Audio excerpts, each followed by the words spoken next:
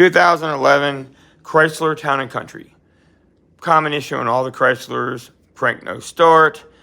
Problem with the TIPMs, but they do make a bypass kit. Not on this model here. So I'm going to let you know real simple.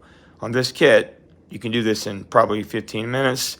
Took me quite a while because I didn't have anybody to show me this.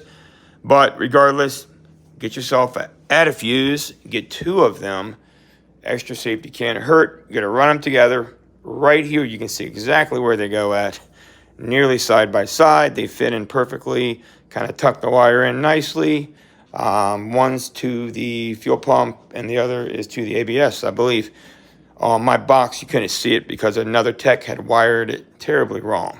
Either way, you get this wired up great. You'll be good to go. Perfect fix. Works great. Like and subscribe to see more fully live stream content.